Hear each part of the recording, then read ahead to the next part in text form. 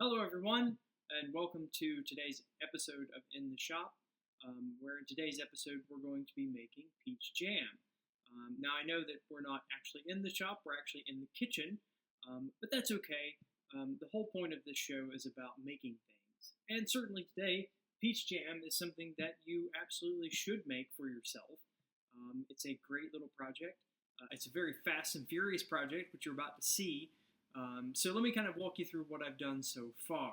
Now, I've done a lot of prep work, and the first thing that I've done is I have cut up and processed all the peaches. It takes time. You don't want to see that. So anyway, you just want to chop them up like so, kind of haphazardly, and we are going to be using the recipe which comes out of the pectin pack, which is what I always use, and it works pretty well. So according to peach jam instructions, it says you need 4 cups of finely chopped peaches. You'll also need some sugar, 5.5 cups, and I've already apportioned that out. So that's already been done for us. Now, additionally, other things that I've already done is I've already washed up all my jars, and so they're all set and ready to go. Whenever you do this project by yourself,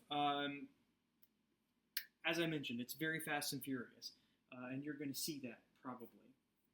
So what I'm going to do is I'm going to go ahead and get started, and I've got a massive ass pot right here, and you'll see why I want such a big pot for what appears to be a small amount of peaches.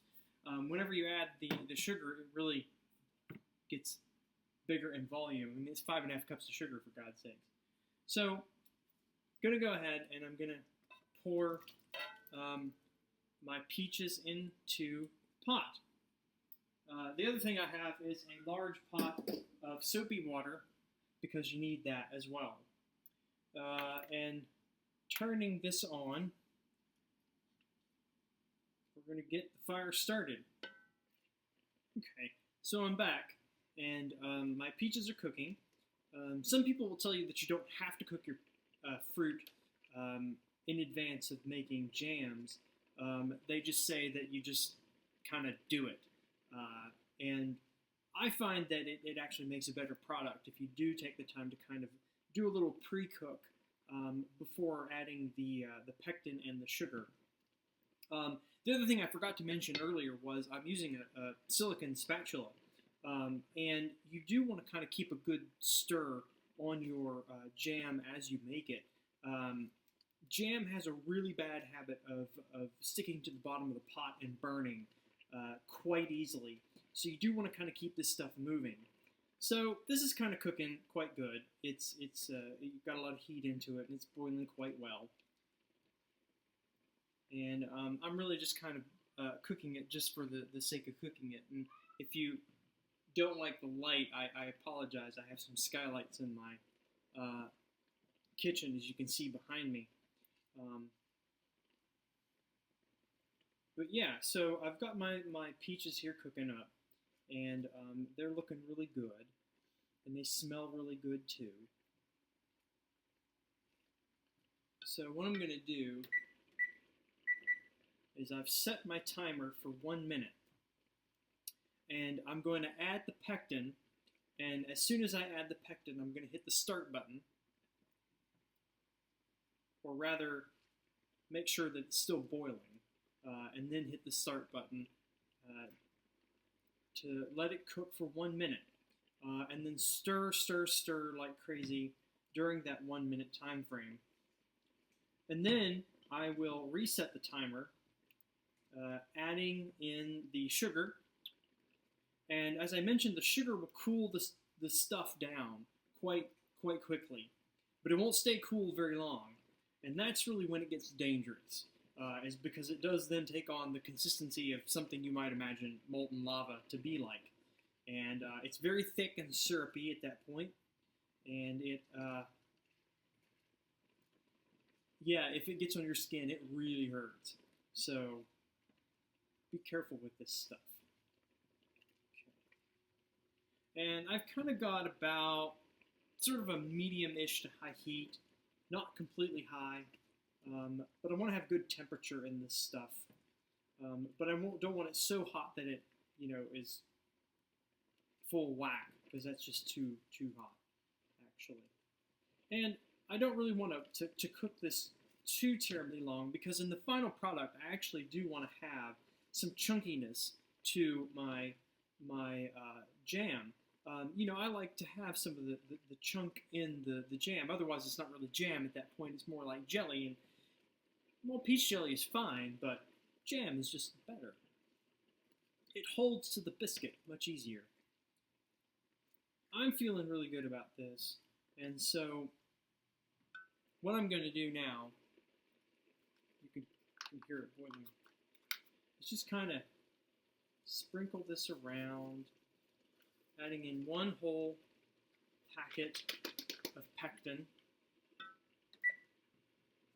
And then we give it a stir. Stir, stir, stir, stir, stir, stir, stir. Now, fruit itself actually does have a little bit of pectin in it anyway. And some old recipes that you'll find actually don't even call for the artificial pectin, which actually the artificial pectin that I just added. Because, as I said, fruit just generally has some natural pectin in it. In some way, if you cook it, it will actually naturally gelatinize on its own. But that's a project that I've never really tried myself, because I like to have more sure results with my jam. I don't like to mess around. Now, what you can see, you can't see because the way I've got the camera set up. But what you would see, if you could see, is that it started to thicken up a little bit. Now what we're going to do is add the sugar. Yeah, all of it. Okay, so that's cooled a bit. And I'll reset the timer. And now what I'm going to do is I'm going to make sure that all that sugar gets incorporated into the peaches. And this is really where it gets thick, actually, and dangerous. And what you want to do is you want to make sure that you get all the sugar distributed and get all the lumps out of it, because it will sometimes lump, actually. And as you can probably hear, it's not boiling, because the sugar's cooled it down. But just keep a good stir on it so that it doesn't stick to the bottom of the pot. It is really easy to do that, to let it stick to the bottom of the pot. So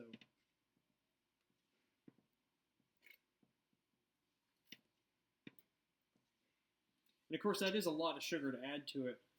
If you are a diabetic person, then you probably should not be eating jam, which is unfortunate, but that's how it goes.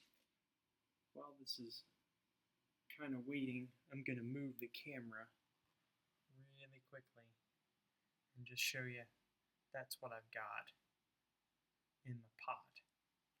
And you can kind of see how thick and syrupy it is right there. I'm going to set you back. There we are. All right. Now, once this comes back to a boil, I'm going to punch my button there and let it boil for 1 minute. And then I can take it off the heat and I'll be done. All right. So here I am. I'm in the process of making my third and final batch of peach jam for today. It did turn out very nice. I will give you a glimpse of what it looked like, as you can see. You may actually be wondering about the final end product. Sometimes jam does not set. It just doesn't. And I'm actually kind of concerned about this last pack of pectin, because it is a little bit old and I'm not sure if it's actually going to set the jam or not. So if you decide that your jam just doesn't set up and it doesn't have that consistency that jam should have, what you can do is dump it back out in a pot and bring it back up to the boil, add another package of pectin, and hopefully that will take care of your problem. If it doesn't, then you're just going to have to eat slightly soupy jam. And that's not really a bad thing, actually. So the entire point of my video series, this is really not an instructional how-to videos. There's a lot of those on the internet. You can find them all over the place with by a variety of people, some of them celebrities, some of them just no-name people like myself. The point of my videos are to give you inspiration that you actually can do this kind of stuff. It's not very difficult. It's really not that hard. It is something that, you just kind of have to give a little confidence in yourself and get out there and try it. You're probably going to make a mistake. You're probably going to do something wrong. And if you do, then you've learned something. And that's great. Learning things is good. And there's nothing wrong with that. There's really nothing wrong with doing things wrong, actually. And especially now with the internet, there's a tremendous amount of resources that are out there. You can find pretty much anything that you really, really want to find out there. So it is my hope that my little videos and video series help to inspire you to go out and do some projects on your own for yourself.